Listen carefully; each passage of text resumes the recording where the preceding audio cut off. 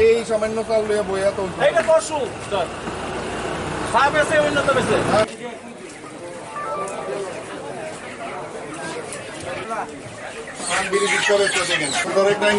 রাস্তাটা ব্লক করে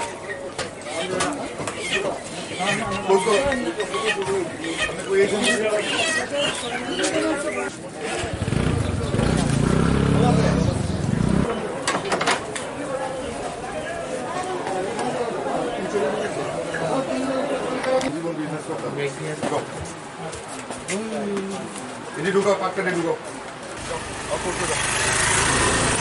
এই তো পাকড় পাকড় চলে গো পাকড় নাইলে ভালো আছে দেখো তো আরে এখানে দেখতে পারলাম না আমি প্যাকেট দিই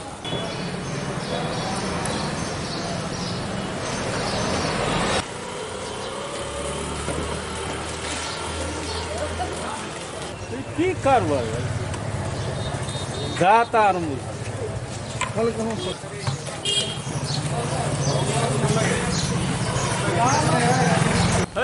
এই বইয়ের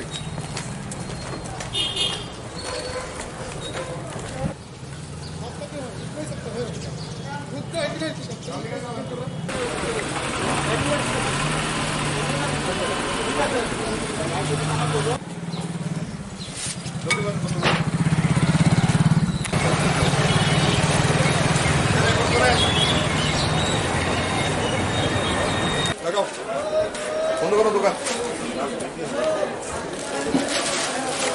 আমি আর একদিন যদি তোমার দোকান খোলা পাই আমি বাইরে তুমি কিন্তু পেয়ে দিলাম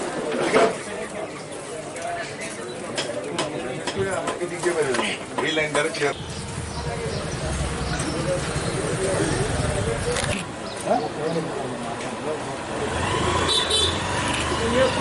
আমার কাগজ আমি ছুটি দিছে তো কিষান তো Moruda sana and then pay the fine. Accordingly, go and take care. Go.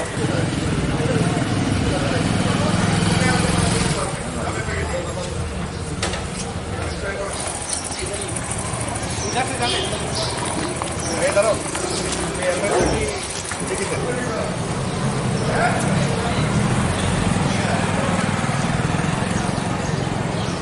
Registration देगा, pollution देगा. তুমি একবার করে প্রথম না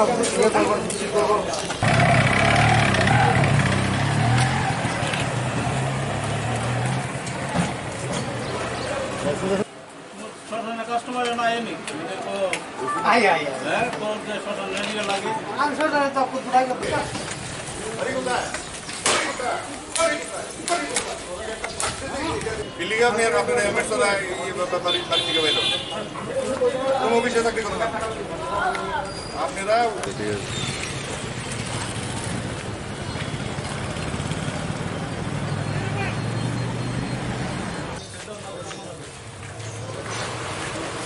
हमने नामें बाकी ठीक है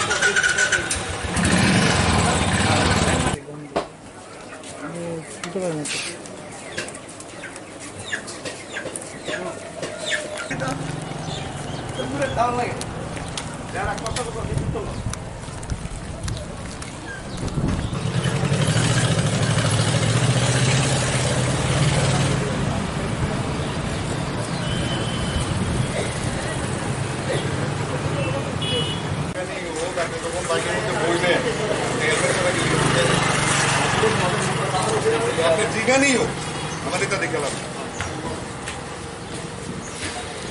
पोल्यूशन इंश्योरेंस को कहाँ से चले तो आपने बॉय बॉय किया अरे हम तो बेगा गन माने गन से तो दिखा ना इसे करे करे जाके अरे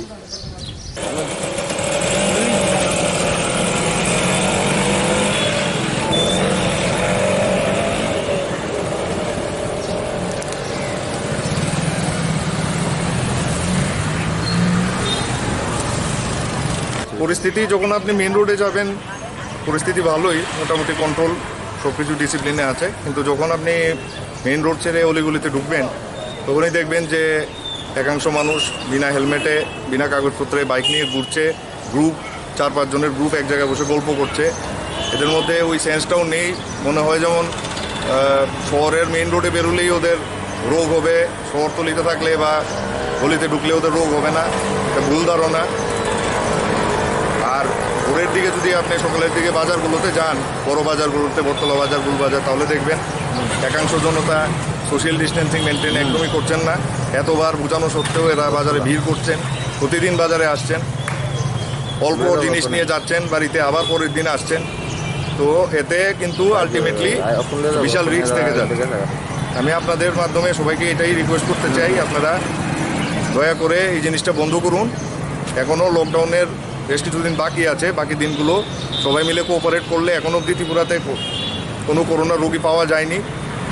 তো আরও যদি জনতা কোঅপারেট করে তো আশা করি, এখন অবধি ভারতে এমন কোনো স্টেট নেই যেখানে করোনা আক্রান্ত হয়নি। ওদের একটা দুটো আছে, আমি ঠিক বলতে পারছি না, আপনারা বলতে পারবেন। ত্রিপুরাতে এখনও হয়নি। তো আসুন সবাই মিলে চেষ্টা করি যাতে ত্রিপুরাতে আমরা লকডাউন অবধি যাতে আমরা করোনা সংখ্যা, রোগী আক্রান্ত সংখ্যা 0 রেখে দিতে পারি। আচ্ছা, যারা আইন ভাঙছে তাদের বিরুদ্ধে কীরকম? যারা আইন ভাঙছে ওদের এগেনস্টে করা অ্যাজ পার ল আমরা অ্যাকশন নিচ্ছি। ওদেরকে যদি দেখা যায় যে কোনো জেনুইন রিজনেই বেরিয়েছে, হয়তো হেলমেটটা ভুলে ফেলে এসছে, বাকি সব ডকুমেন্টস আছে, সেক্ষেত্রে আমরা ওদেরকে বুঝিয়ে নেক্সট টাইম যাতে রিপিট ওপেন না করে এটা বুঝিয়ে পাঠিয়ে দিচ্ছি।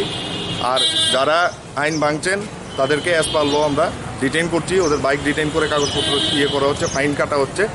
অ্যাজ পার ল আমরা অ্যাকশন নিচ্ছি। কতজনকে এখন পর্যন্ত আটক করেছেন তাদের বিরুদ্ধে? এখন অবধি আমরা 8টা বাইক সকালে বটতলা বাজার থেকে আটক করেছি। ওদের এগেনস্টে অ্যাজ পার লিগ্যাল অ্যাকশন নেওয়া হবে। স্যার, ছেলে বা মেয়েদের ক্ষেত্রেও কি সীমিত হবে, তাই না? কারণ মেয়েরা তো ম্যাক্সিমাম দেখা যায় যে কলেজ চত্বরে বিনা হেলমেটে ছাড়া, উইদাউট হেলমেট ছাড়াই ম্যাক্সিমাম শহরাঞ্চলে ঘোরাঘুরি করে। দেখুন, আইন তো সবার জন্য সমান। হ্যাঁ, এখানে যে ড্রাইভার সে যদি মেয়ে হয় বা ছেলে হয় তাতে কিছু আসে যায় না। হ্যাঁ, কোনো মহিলা যদি কোনো স্কুটি বা কোনো গাড়ি বা অন্য কোনো ভেহিকেল চালান, সেক্ষেত্রে ওনার জন্য যে নিয়ম সেটা সবার ক্ষেত্রে সেম নিয়ম থাকবে। ওনারও সেম ডকুমেন্টেশন সব রাখতে হবে, হেলমেট পরতে হবে, ড্রাইভিং লাইসেন্স রাখতে হবে, আর ইন্স্যুরেন্স, পলিউশনের কাগজ সব আপ টু ডেট থাকতে হবে, তাহলেই কোনো সমস্যা নেই।